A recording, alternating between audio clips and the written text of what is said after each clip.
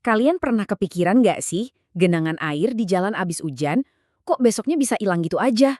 Kemana coba perginya?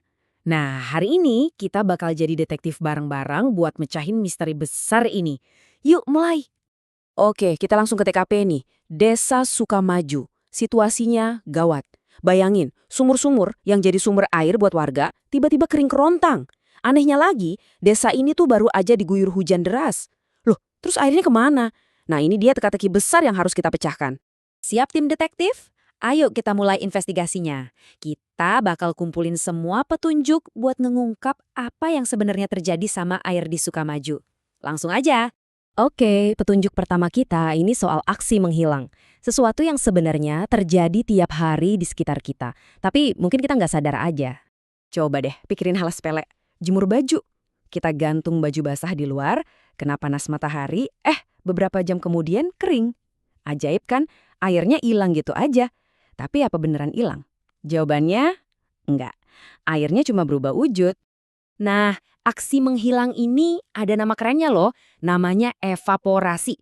Jadi panas matahari itu ibarat kompor raksasa yang bikin air di danau, sungai, laut, bahkan di baju basah kita tadi berubah jadi uap. Uap ini enteng banget, jadi dia terbang naik ke atas. Jadi catat ya petunjuk pertama kita, airnya nggak hilang tapi naik ke langit. Tapi tunggu dulu. Ternyata bukan cuma air di permukaan aja yang naik, tumbuhan juga ikutan. Lewat proses yang namanya transpirasi, mereka itu kayak bernafas gitu, ngeluarin uap air dari daun-daunnya. Ini detail kecil, tapi penting banget buat misteri kita loh. Oke, petunjuk pertama dapat. Air menguap terus naik ke atas. Lanjut ke petunjuk kedua. Terus, ngapain uap air itu di atas sana? Pernah lihat gelas isi es teh kan? Sisi luarnya pasti basah, berembun gitu. Padahal gelasnya nggak bocor. Nah, air itu asalnya dari uap air di sekitar kita yang nempel di gelas dingin terus berubah jadi air lagi. Proses yang sama persis terjadi di langit, tapi skalanya gede banget. Proses mengembun di langit ini namanya kondensasi. Jadi, waktu uap air naik makin tinggi, udaranya kan makin dingin tuh. Nah, uapnya jadi kedinginan, terus berubah lagi jadi titik-titik air kecil. Miliaran titik-titik air ini ngumpul, dan jadilah awan. Oke, jadi airnya naik, jadi uap, terus ngumpul jadi awan. Nah, sekarang petunjuk ketiga, bagian yang paling seru nih. Gimana caranya air itu pulang lagi ke bumi?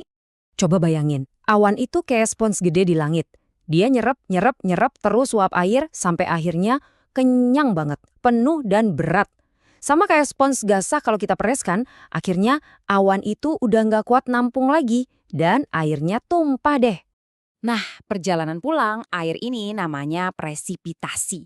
Bentuknya bisa macam-macam. Kalau di kita sih, ya hujan. Kalau di tempat dingin, bisa jadi salju.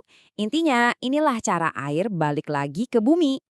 Oke, kita rangkum dulu ya petunjuk kita. Evaporasi, airnya naik. Kondensasi, jadi awan. Presipitasi, turun lagi jadi hujan. Kelihatannya siklusnya udah lengkap ya. Tapi, kok aneh? Nah, ini dia yang janggal. Kalau emang hujan udah balikin airnya ke bumi, kenapa sumur-sumur di Sukamaju tetap kering? Ini artinya ada satu petunjuk penting yang kita lewatin. Oke, sekarang kita masuk ke bagian paling penting dari investigasi ini. Petunjuk terakhir yang bakal menjawab semuanya dan mecahin misteri sumur kering di Sukamaju. Dan jawabannya adalah infiltrasi.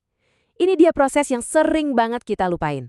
Waktu hujan turun, airnya tuh nggak semuanya langsung ngalir ke got atau sungai. Sebagian besar justru meresap ke dalam tanah.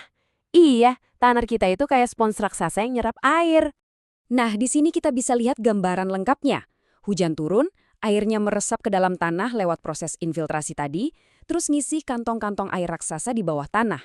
Jadi ternyata sumur itu ngambil airnya bukan langsung dari air hujan, tapi dari simpanan air tanah ini. Paham kan sekarang? Jadi, misteri terpecahkan. Air di desa Sukamaju itu nggak pernah bener-bener hilang. Dia cuma lagi jalan-jalan aja, ngikutin siklus yang keren banget. Naik ke langit, jadi awan, turun lagi jadi hujan, dan yang paling penting meresap ke dalam tanah buat ngisi ulang sumur-sumur kita. Investigasi kita emang udah selesai, tapi Saya punya satu pertanyaan terakhir buat kalian pikirin. Di sekitar Sukamaju itu kan ada hutan ya. Nah, akar-akar pohon di hutan itu bantu banget bikin tanah jadi lebih gampang nyerap air. Sekarang, coba bayangin, gimana kalau hutannya ditebang? Apa yang bakal terjadi sama proses infiltrasi tadi? Dan gimana nasib air di sumur warga? Coba deh renungin. Sampai ketemu lagi di pembahasan selanjutnya.